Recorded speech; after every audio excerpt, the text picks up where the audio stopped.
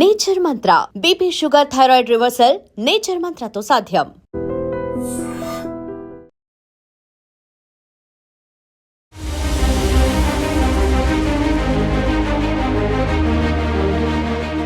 శ్రీకాకుళంలో ఘోర రోడ్డు ప్రమాదం జరిగింది. ఈ ప్రమాదంలో ఆగి ఉన్నటువంటి లారీని తుఫాను వెహికల్ బలంగా ఢీకొనటంతో ఈ తుఫాన్ వెహికల్లో ఉన్నటువంటి నలుగురు మృతి చెందారు. మరో 6గురు తీవ్రంగా గాయపడ్డారు. చాలా బాధాకరమైన ఘటన. వీరంతా కూడా తుఫాన్ వెహికల్లో మధ్యప్రదేశ్ నుండి తీర్థయాత్రలకు బయలుదేరారు. మొదట మధ్యప్రదేశ్ నుండి బయలుదేరి పూరి క్షేత్రానికి వెళ్ళారు. అక్కడి నుంచి పూరి క్షేత్ర దర్శనం అయిపోయిన తర్వాత శ్రీశైలం వెళ్తూ ఉండగా శ్రీకాకుళం జిల్లా కోటబొమ్మాలి మండలం ఎత్తురాళ్లపాడు గ్రామం దగ్గరకు వచ్చేటప్పటికి ఆ గ్రామ శివారులో ఆగి ఉన్నటువంటి లారీని ఈ తుఫాన్ వెహికల్ బలంగా ఢీకొనటం వల్ల ఈ ఘోరమైన రోడ్డు ప్రమాదం జరిగింది. మృతదేహాలు కూడా అసలు కనుగొనడానికి వీల్లేనంతగా ఆ వెహికల్ విజువల్స్ ఒకసారి చూడండి. పూర్తిగా తుఫాన్ వెహికల్ అనేది నుజ్జు అయిపోయింది. ఇంకా అందులో ఉన్నవారి పరిస్థితి ఎలా ఉంటుందో మాటల్లో కూడా చెప్పలేం.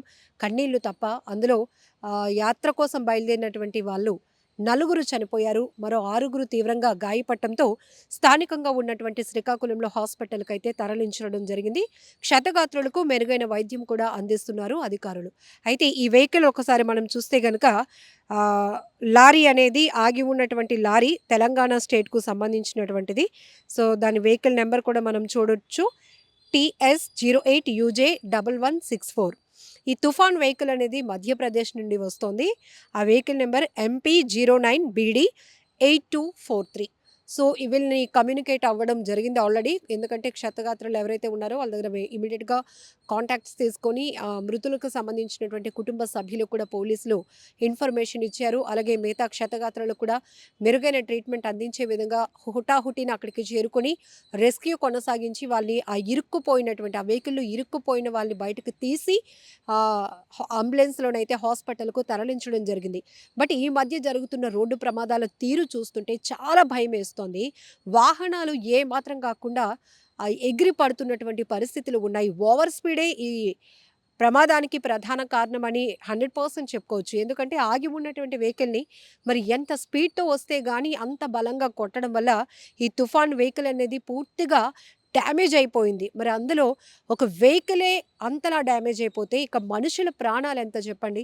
మనుషుల శరీరం చాలా సెన్సిటివ్గా ఉంటుంది. అలాంటిది వారందరూ కూడా వెహికల్ పూర్తిగా ఇరుక్కుపోయారు, నలిగిపోయారు. ఒక్క రకంగా చెప్పాలంటే చనిపోయిన వారి మృతదేహాలు బయటకు తీయడం కూడా చాలా కష్టతరంగా మారింది. సో ముందుగా అయితే కనుక గాయాలతో విలవిలలాడిపోతూ కాపాడండి అంటూ కేకలు వేస్తున్న వారందరం కూడా మధ్యప్రదేశ్కు చెందిన వీరందరినీ కూడా ముందు హాస్పిటల్కి అయితే తరలించడం జరిగింది. ఏది ఏమైనప్పటికీ చాలా బాధాకరమైన ఘటన అని చెప్పాలి. రోడ్డు ప్రమాదాలు జరుగుతున్నాయంటే ప్రధాన కారణం అతి వేగమే ప్రమాదానికి కారణమవుతోంది.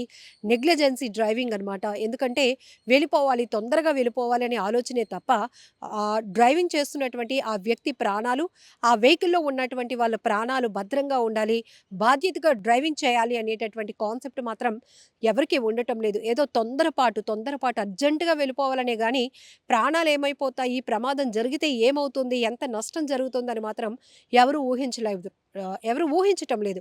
సో ఈ తరహా ప్రమాదాలకు ప్రధానమైన కారణం మాత్రం అతివేగమే జరుగుతోంది. వెహికల్స్ ఫిట్నెస్ లేకుండా రోడ్లపైకి రావటం అలానే చాలా వరకు చూస్తున్నాం మనం.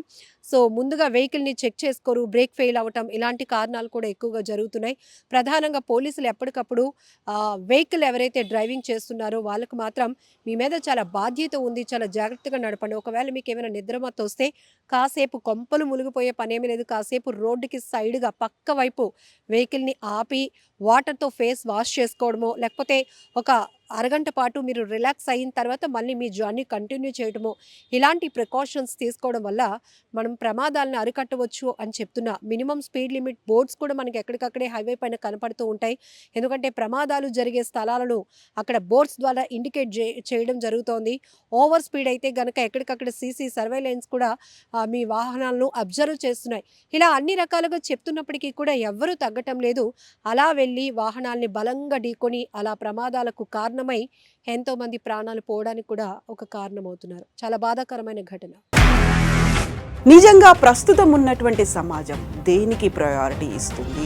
ఆర్థిక సంబంధాల చుట్టూ మాత్రమే తిరుగుతోంది. మళ్ళీ ఎన్నికలంగానే చాలా విరక్తి కలుగుతున్నాం. మంచి అనిపిస్తుంది కదా, లేడీస్ కూడా ఛాలెంజింగ్ జాబ్స్ చేసినప్పుడు చాలా బాగుంటది. ట్రాఫిక్ అసిస్టెంట్స్ గా నియమించిన ట్రాన్స్జెండర్స్ అందరితో సాల్యూట్ చేయించుకుంటున్నారు. ఫుడ్ డెలివరీ ఇవ్వటానికి వెళ్ళినటువంటి డెలివరీ బాయ్ అనిల్ పై కళ్ళ ముందు